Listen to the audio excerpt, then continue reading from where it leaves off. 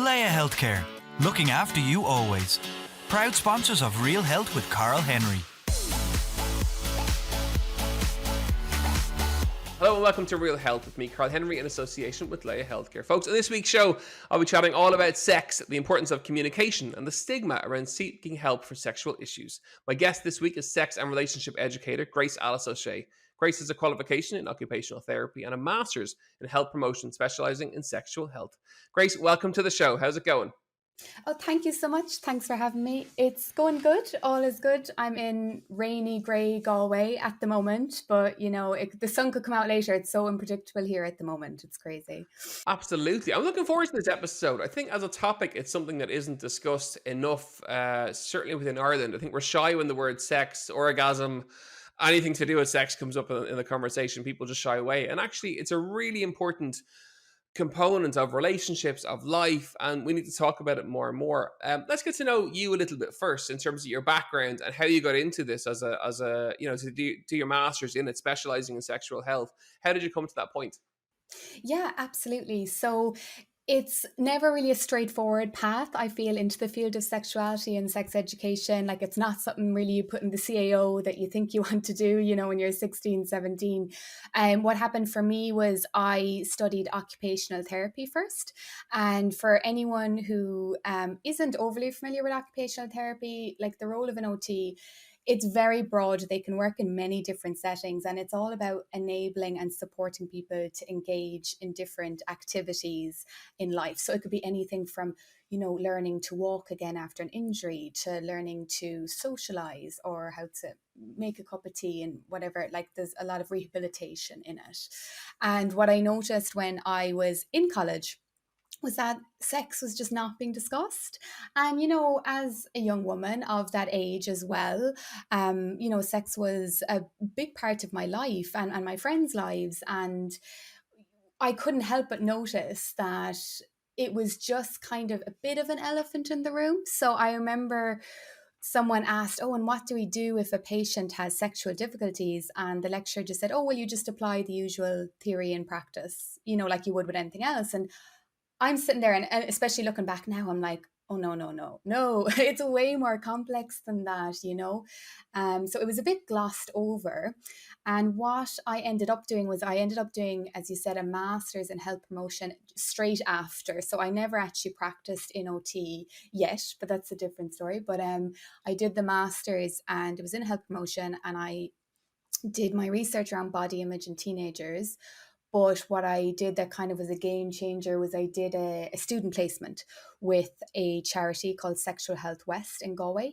And yeah, that's how basically I got into the role of a sex educator. And I was there for years.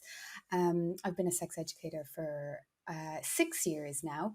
And as of last year, I have my own business as a sex relationships educator, as under the name Grace Alice. So that's kind of how I came to it. I suppose as well, that's the professional side, but there was a bit of a personal backstory as well, where I had a condition called vaginismus. And I've talked about this quite openly. And vaginismus basically meant I really, really struggled to have penetrative sex. It was either very painful or impossible. Thankfully, I don't have that anymore, but I did have it for years, until I was 21. And that gave me a huge insight into how having a difficulty with sex can impact every aspect of your life and make you feel so alone. So I think that was as well the passion part of it that really drove me into this field. Let's chat about sex education then, in terms of, as a society, how do we learn about it? Is it good? Is it bad? What do we need to change about sex education for people? That's a good question. So it's a mix. I think we have come quite a long way, but we've a long way to go. So sex education typically, and I don't know, is it like this for you or listeners, but like when I was in school, I got a once-off talk when I was maybe 15, and it was supposed to be, you know, the sex talk, but basically it was actually just about periods. And they just said, don't have sex, literally just don't have sex. Now I'm 29. I'm no longer, you know, like down with the young ones, but I'm not so old either that like that wasn't that long ago is my point. Sex education needs to happen in age appropriate, very small stages from a young age. Now, that doesn't mean talking to a really young child about sex necessarily. You can start talking about consent, about bodies, even using the proper words for our body parts is such an important part of becoming sexually empowered and shedding that shame and stigma around sex. Because sex, and I always say this, sex is so natural. It's the most natural thing ever, but it doesn't always come naturally. It's actually something we learn to perform. It's a socialized process. So when you consider that, it's madness that we don't have more education, that we don't have more honest conversations with young people. You know, it really does young people, I think, an injustice not to give them proper fact-based, you know, sex positive, comprehensive education. Like we get messages about sex from when we're tiny. They're indirect and they're direct. They're in the media, in our family, in our homes. They're among our peers. They're very entrenched as well with gender, you know, with masculinity and femininity. So, you know, what I would say is that we genuinely are getting there. We are having more open conversations about sex. But as I said, I think we have a bit to go, and we need to look more towards the research that shows this, that shows that comprehensive sex education from a young age does not encourage young people to have sex. If anything, they actually do wait a bit longer, and they're more likely to use protection, and more likely to advocate for their own sexual needs as well, because sex should be pleasurable, not just safe, it should be pleasurable as well. And what about the media perspective on sex and how we learn that way? Is that a positive or a negative? And particularly towards young adults as they grow up, 18 and beyond, the media presumably plays a bigger role. Like we look at the likes of Love Island and stuff like Mm. that. Surely that has a huge role to play. Yeah, I think the thing with media is it's such a giant industry and it's always going to be there.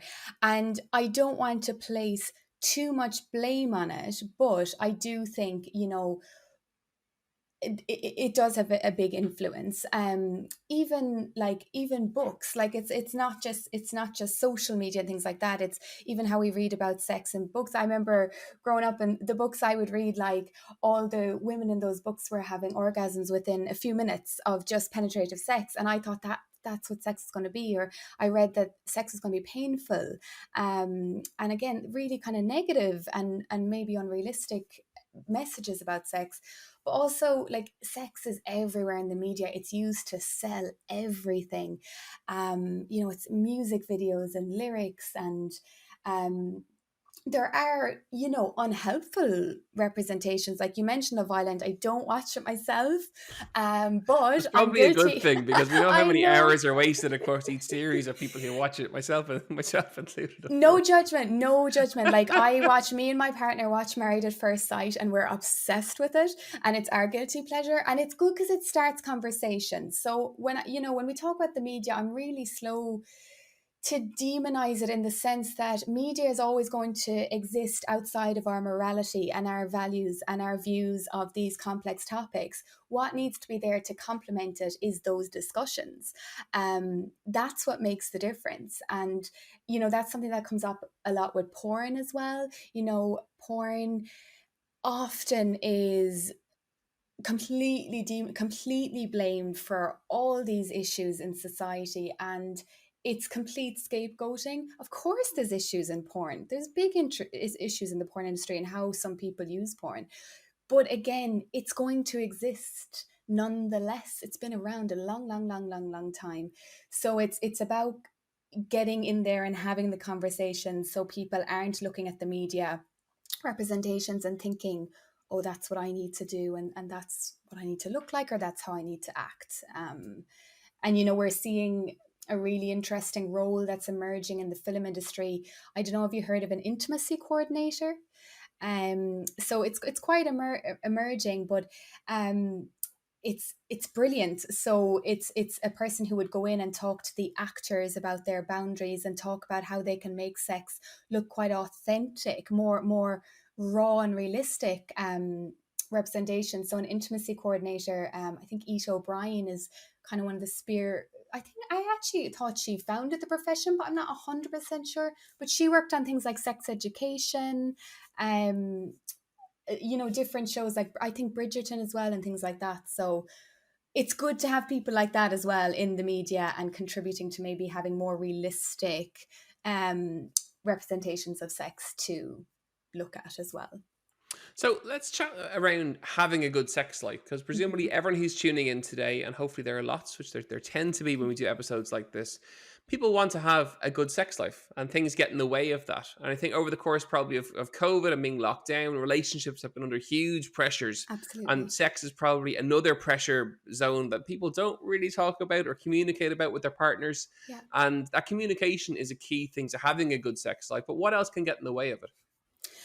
Oh, lots of That's a big things. question, I'm well aware. I know, but no, a really good question. Like the first thing I'm going to say and start off with is shame is a huge thing. Okay. So you could be having many different issues regarding sex. There's countless different issues someone could be having. They think they want too much, they think they want too little, they're not having the sex they want, maybe they're having pain, discomfort. There's so many things. There's so many things that can go wrong, for want of a better word, or go off track, let's say, to what we were planning. But it's the shame about having the issues that actually compounds the problem. So people feeling like they can't talk about it, feeling like they're alone, um, and I can totally see how this happens when someone has a difficulty with sex or a problem.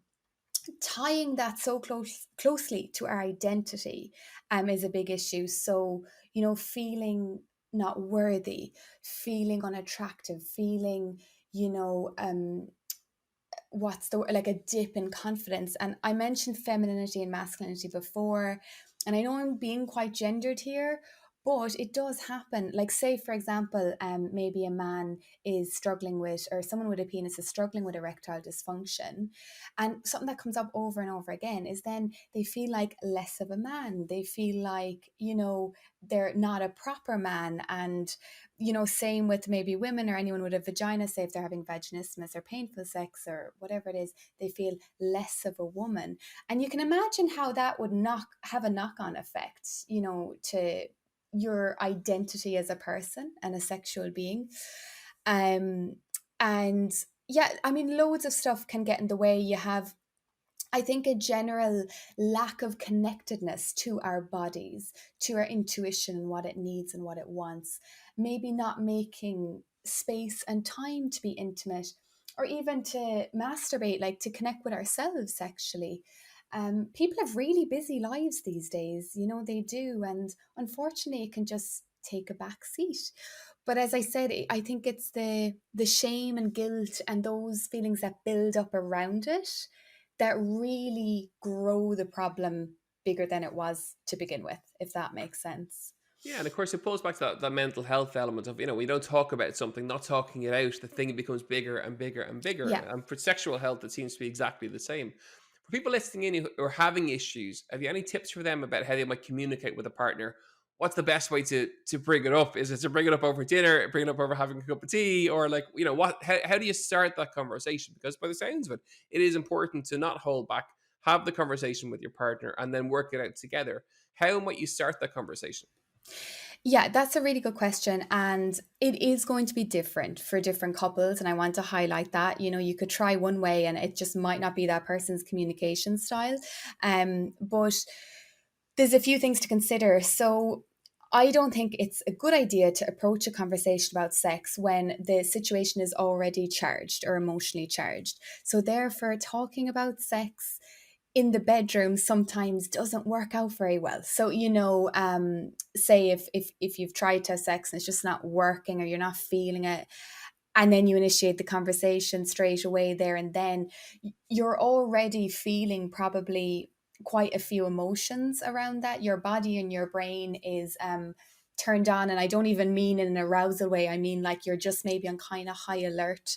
So people might get defensive, they might get upset more easily. So I would say try and kind of take it outside the bedroom, or at least outside of, the moment itself or the sexual situation. um, I would reiterate that, to your partner, that this isn't a criticism, that this is something that, you can name out all the things you are happy with, or mention the things you love about them and you appreciate, and that, just to that you think it would make for even a healthier and an even happier relationship if maybe we could address this. For some people, talking works and they're good talkers. For other people, they might want to write in a letter, even maybe for yourself first, so you get your thoughts down. Or you can give it to them. Again, it depends on what people kind of are comfortable with.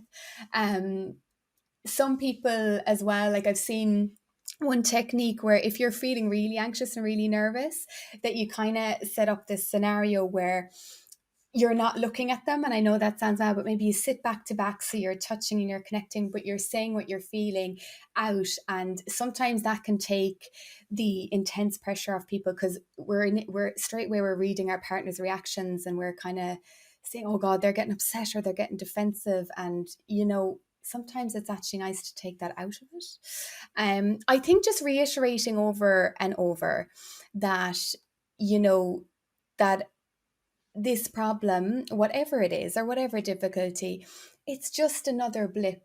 There's this stereotype that when couples are having problems with sex, that they're doomed, and that's not the case at all. Like, most couples will have an issue at some point. So it's just reiterating that it absolutely isn't the end of the world. There is help. Let's look into it together. Let's figure it out together. And as well, just give each other then space and come back to it and make the commitment and say, okay, I think, we're both have a lot to soak in. So maybe we'll chat about it again, maybe Friday, or, make that commitment that you're not just going to have one chat and then kind of leave it flounder in the air and nothing happens. Folks, you're listening to Real Health with me, Carl Henry, in association with Leia Healthcare. This has been fascinating so far. I think that communication issue for people is something that's going to resonate with our listeners, unquestioned. Might an email or even a text message, dare I say, be a good way to communicate with your partner if you are afraid to, look them in the eye and say, look, we're having problems sexually or whatever it may be? Is that another easy way potentially to start the conversation, or is it a bad idea? Again, I mean, it depends on the couple. Like, usually people would be like, oh my God, no, face to face. And that's kind of the company line that you always hear. But I'm a big believer in, one size does not fit all. There's a million different ways we communicate. As humans, we're very complex in how we communicate. To start the conversation, it might absolutely be suitable for the two of you to start it. I wouldn't, continue the whole thing over text, because obviously tone can be lost.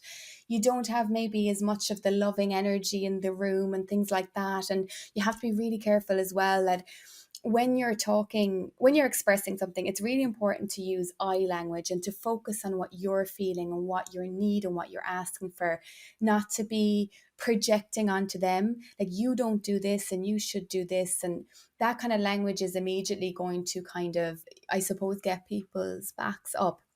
So that's just the danger, I think, with the text and the email and stuff, that, it just could get a bit lost in translation. So I think if you are doing that, it might be nice to say something, again, start with a loving sentiment, like saying you love them or whatever it is, and just say, look, could we make time to talk about this maybe soon? It's been on my mind.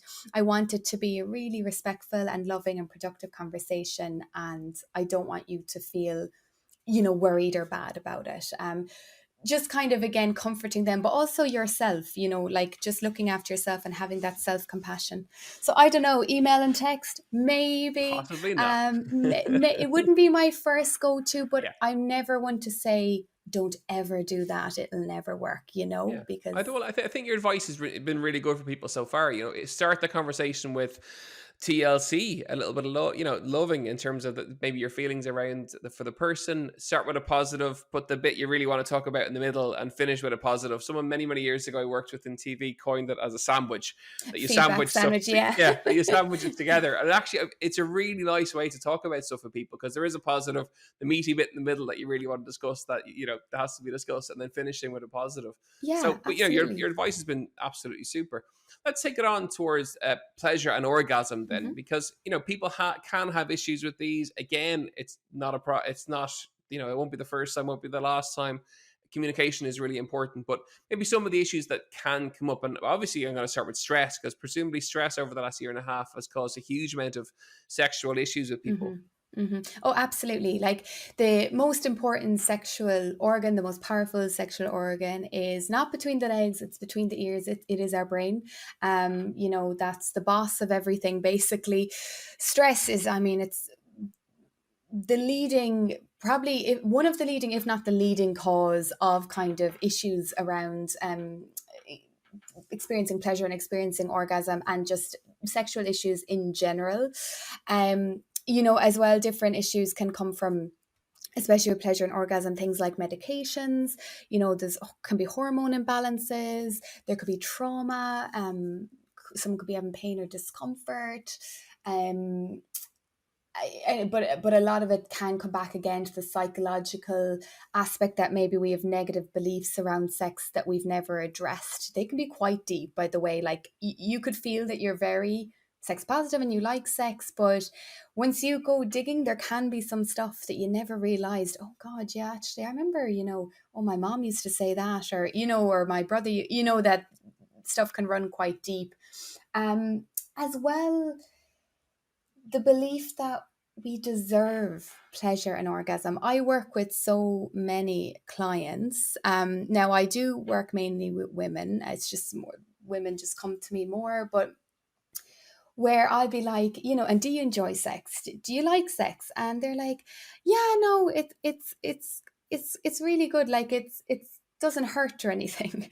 And I'm like, okay, like it's just so sad sometimes to hear that's the baseline of, it doesn't hurt, it's okay, and then if I ask, oh, and are you okay with orgasming? And they're like, oh no, I've never had an orgasm. So again, the baseline can be set quite low. And I don't think that's particularly just an Irish thing, but it certainly is something in Ireland that, like, talking about sex is one thing, but talking about actually the pleasurable sex you enjoy is another thing.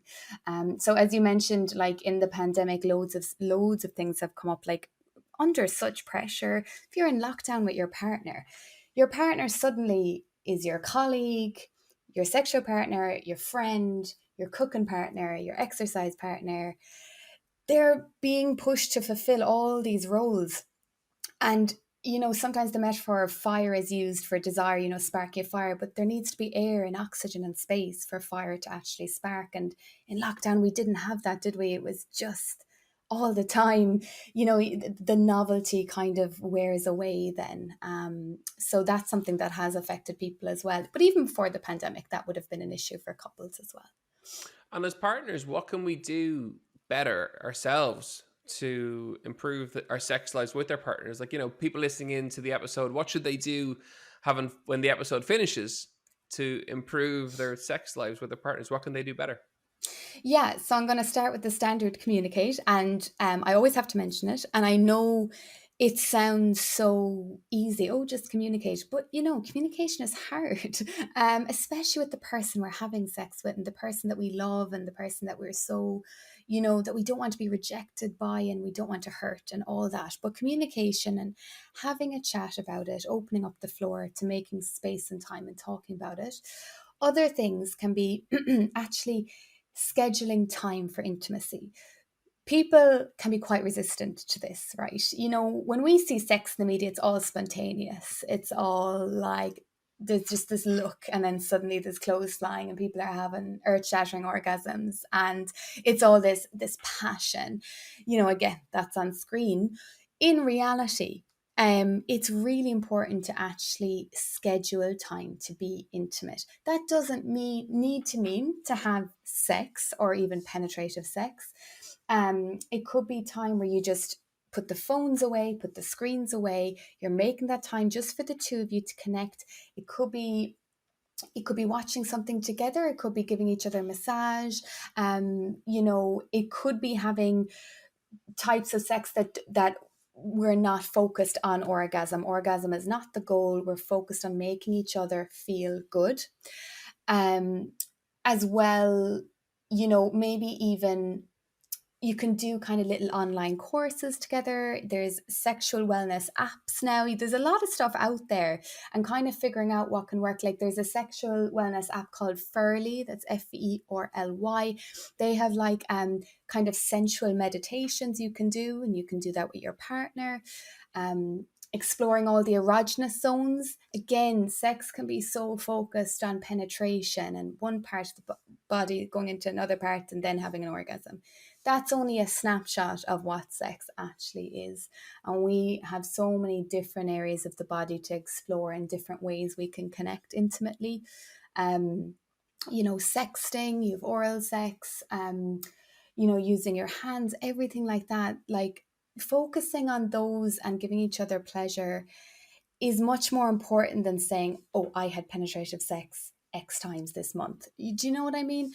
And scheduling intimacy as well is really beneficial because it can actually build sexual excitement throughout the day or the week or whatever it is you're looking forward to it.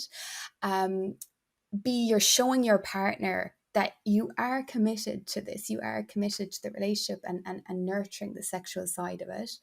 And C, there's something that we call maintenance sex, which sounds so erotic, but maintenance sex, I know. But maintenance sex is basically like that. You're scheduling time for intimacy and you're making time for kind of regular sexual connection. That sets the stage for then the spontaneous stuff.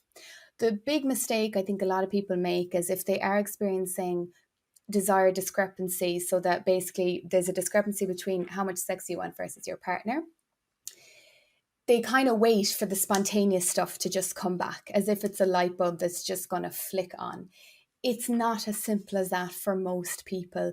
So scheduling the time and making time and effort for it actually opens up the channels of connection that allow the spontaneous stuff to happen. I'm fascinated. This is exactly the kind of conversation I wanted to have in this episode. I wasn't sure if the episode would go the way that I wanted to, but it's a mature, grown-up, adult conversation around sex with simple tips and tools and tricks that can improve people's sex lives and how they communicate around it. And that's exactly what we wanted to get from it, which is fantastic to get. If people want to find out more about you, where can they find you? Yeah, so the best place to go is just my website. It's gracealice.com. I kind of feed everything through there. I'm really, really obsessed with it. I update it every week. So, from there you can connect to my Instagram, you can connect to my LinkedIn and all that jazz. So yeah, gracealice.com. I do have an Instagram page, as I mentioned. It is Gnaise LaGrace. So Gnaise is sex in Irish, but people thought my name was Gnaise for ages. Okay.